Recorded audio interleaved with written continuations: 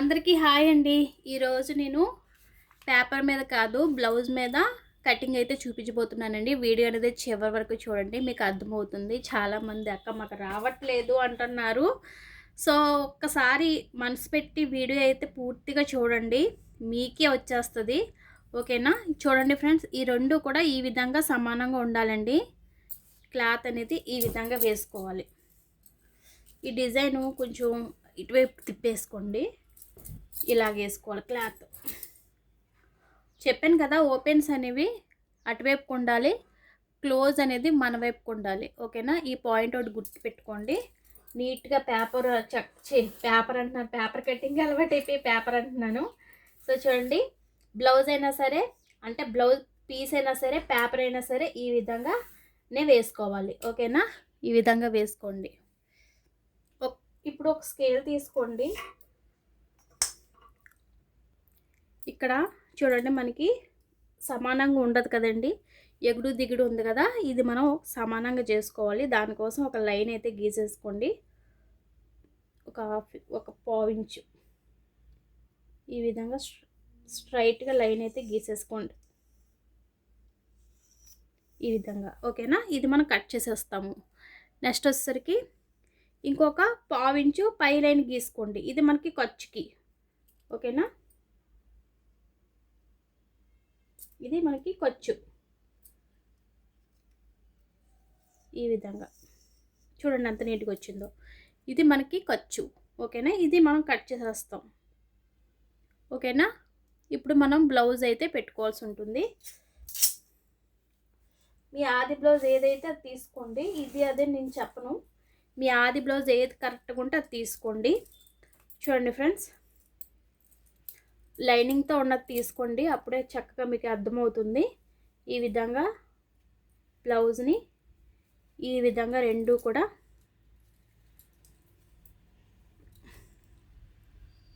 ఇక్కడ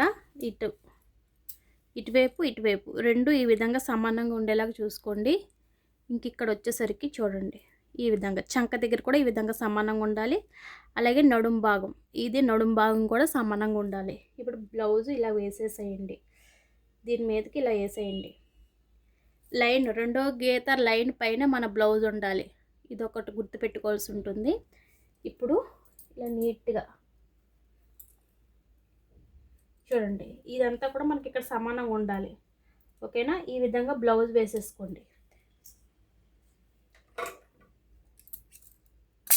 ఈ విధంగా వేసుకున్న తర్వాత చూడండి, నడుము ఎంతవరకు ఉందో మార్జిన్ చేసుకోవాలి.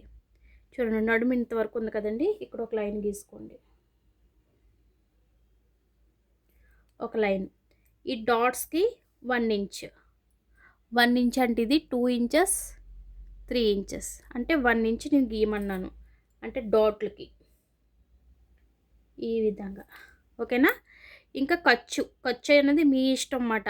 1.5 పెట్టచ్చు, 2 ఇంచులైనా పెట్టుకోవచ్చు. నేనైతే 1.5 పెడుతున్నాను, ఈ విధంగా. ఓకేనా? మీకు ఇలా రావాలి. ఇంకా నెక్స్ట్ వచ్చేసరికి చూడండి, ఇక్కడ చంక దగ్గర ఇక్కడ కుట్టు ఉంది కదండి, ఈ కుట్టు దగ్గర నుంచి ఇలా జరుపుకోండి. కుట్టు దగ్గర ఒకటి, కుట్టు పైన ఒకటి. చూడండి, అసలైన కుట్టు దగ్గర ఒకటి పెట్టాను కదా, ఇప్పుడు కుట్టు కిందకి పెట్టేసుకోండి ఇంకొక లైన్ ఈ విధంగా, ఎందుకంటే మనం కుడతాం కదా, సో దానికోసం. ఓకేనా? ఈ విధంగా మార్కింగ్ అయితే చేసుకోవాల్సి ఉంటుంది. ఇలా ఒక లైన్ గీసేసుకోండి, ఇలా ఒక లైన్ ఇక్కడ వరకు గీసేసుకుంటే మీకు అర్థమవుతుంది. ఓకేనా? ఇంకా నెక్స్ట్ వచ్చేసరికి ఇక్కడ చూడండి, షోల్డర్ అనేది ఇక్కడ వరకు ఉంది కదా, ఒక లైన్ గీసేసుకోండి ఇక్కడ వరకు.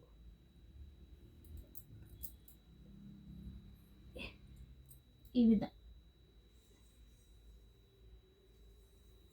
కుట్టు కోసం కూడా ఒక హాఫ్ ఇంచు ఈ విధంగా కుట్టుతో సహా మీకు చూపించాను. ఓకేనా? అలా రావాలి. ఇంక ఇక్కడ వచ్చేసరికి చూడండి, ఇక్కడ బ్యాక్ నెక్ ఎక్కడ వరకు ఉంది, ఇక్కడ వరకు ఉంది. కుట్టు కోసం ఇంకొక హాఫ్ ఇంచ్ ఈ విధంగా మార్కింగ్ చేసుకోవాలి. ఓకేనా. ఈ విధంగా మార్కింగ్ చేసుకుంటే మీకు ఈజీగా బ్యాక్ అనేది వచ్చేస్తుంది. నేను ఫాస్ట్గా అయితే పెట్టట్లేదండి, మీకు అర్థం అవ్వడం కోసం నేను 1 బై 1 అన్నీ కూడా మీకు పెడతాను. వీడియో అనేది చివరికి చూడండి. ఇప్పుడు మనకి బ్యాక్ అయితే వచ్చేసింది. ఎలా అంటే చూపిస్తాను చూడండి. ఇప్పుడు ఇక్కడ మనం అన్నీ కూడా మార్కింగ్ అయితే చేసేసుకున్నాం కదా, ఈ మార్కింగ్లో మనం ఎలా కలుపుకోవాలనేది చూపిస్తాను. బ్లౌజ్ అయితే తీసేస్తున్నాను నేను, చూడండి. మార్కింగ్ ఇక్కడ వచ్చేసరికి 3 ఇంచెస్ పెట్టుకుంటున్నానండి. చాలామందికి మెడ అనేది 3 ఇంచెస్ 2.5 పెట్టుకుంటారు. నాకైతే కొంచెం పెద్ద మెడ కాబట్టి 3 ఇంచెస్ వరకు నేను పెట్టుకుంటున్నాను. ఓకేనా. ఈ విధంగా ఒక లైన్ గీసుకోండి. ఇక్కడ ఇలా రావాలి, ఇలాగా. ఓకేనా. మనకి బ్యాక్ నెక్ ఇది. ఓకేనా. ఇంక ఇక్కడ వచ్చేసరికి షోల్డర్ వచ్చేసరికి 3 పెట్టుకుంటున్నానండి నేను. నాకు 3 అయితే కరెక్ట్గా సరిపోతుంది. 3 ఇంచెస్ షోల్డర్ పెట్టుకుంటున్నాను. అంటే కుట్టుతో సహా ఈ విధంగా మార్కింగ్ చేసుకోవాలి. ఇక్కడికి ఇలాగా చంక దగ్గర. ఓకేనా. ఇప్పుడు ఇక్కడ మార్జిన్ చేసుకోండి, ఎందుకంటే ఇది ఖర్చు కదా, ఖర్చుతో సహా మనం తీసుకుంటున్నాం కాబట్టి ఇలా రావాలి.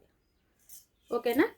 అర్థమైందండి మీకు, ఖర్చుతో సహా నేను తీసుకున్నాను, అందుకనే మీకు పాయింట్లు అయితే పెట్టాను కదా, ఆ పాయింట్లు మనం ఈ విధంగా కలుపుకోవాలంతే. ఇది మనకి ఖర్చుతో సహా నేను తీసేసుకున్నాను. ఇక్కడ వరకు ఇది ఖర్చు వస్తుంది కుట్టడం. ఓకేనా. ఈ విధంగా మార్జిన్ చేసేసుకోండి. తర్వాత చంక ఆమ్రం తిరగాలంటే మినిమం 1 ఇంచ్ కానీ 1.5 ఇంచ్ కానీ ఉండాలి. పెద్ద సైజుల బ్లౌజ్కి అయితే 1.5 పెట్టండి, చిన్న సైజు బ్లౌజ్కి అయితే 1 ఇంచ్ పెట్టుకోండి. నాది చిన్న సైజు బ్లౌజ్ అనండి, 30 ఉంటుంది. ఈ విధంగా నేను 1 ఇంచ్ పెట్టుకున్నాను. ఇప్పుడు ఇక్కడ నుంచి ఆమ్రం తీసుకోండి ఇలాగా, అంతే. ఇలా కలిపేయండి ఇలాగా. ఓకేనా. అర్థమైందండి. ఇక్కడ మనం 1 ఇంచ్ తీసుకున్నాం కదా, ఇక్కడ 1/4 ఇంచ్ తీసుకోండి. ఇక్కడ 1/4 ఇంచ్ తీసుకొని మీ ఇష్టం అండి. రౌండ్ అయితే రౌండ్ తీసుకోవచ్చు, లేదు మాకు రౌండ్ వద్దు, మామూలుగా డిజైన్ కావాలంటే డిజైన్ తీసుకోండి. మీకు ఇక్కడ రౌండ్ తీసుకోవడం వల్ల ఏమవుతుందంటే రౌండ్ నెక్ బాగానే ఉంటుంది, అలాగే ఈ పార్ట్ వచ్చేసరికి ఉక్స్ పట్టి కాజా పట్టికి మనకి ఈ క్లాత్ కలిసి వస్తుంది అన్నమాట. అదే ఒకవేళ మీరు వేరే డిజైన్ తీసుకున్నారనుకోండి, ఇది పని చేయదు. మీరు రౌండే తీసుకుంటే ఇక్కడ ఉక్స్ పట్టి కాజా పట్టి అనేది మీరు తీసుకోవచ్చు. ఓకేనా. ఆ విధంగా ఇప్పుడు చూడండి, షోల్డర్ ఎదురుగుంటా మనకి డాట్లు అయితే వస్తాయి. ఇక్కడ ఒక డాట్ పెట్టేసుకుంటున్నాను మధ్యలో. ఈ విధంగా డాట్ పెట్టుకొని మీ ఇష్టం అండి. ఈ డాట్ అనేది చాలామందికి 3 పెట్టుకుంటారు, 4 పెడతారు, ఇంకా పెద్ద సైజ్ అయితే 4.5 అలా పడుతుంది. నాది 4 ఉంటుందండి, అందుకు నేను 4కే పాయింట్ పెట్టుకున్నాను. ఈ విధంగా మార్జిన్ చేసుకోవాలి.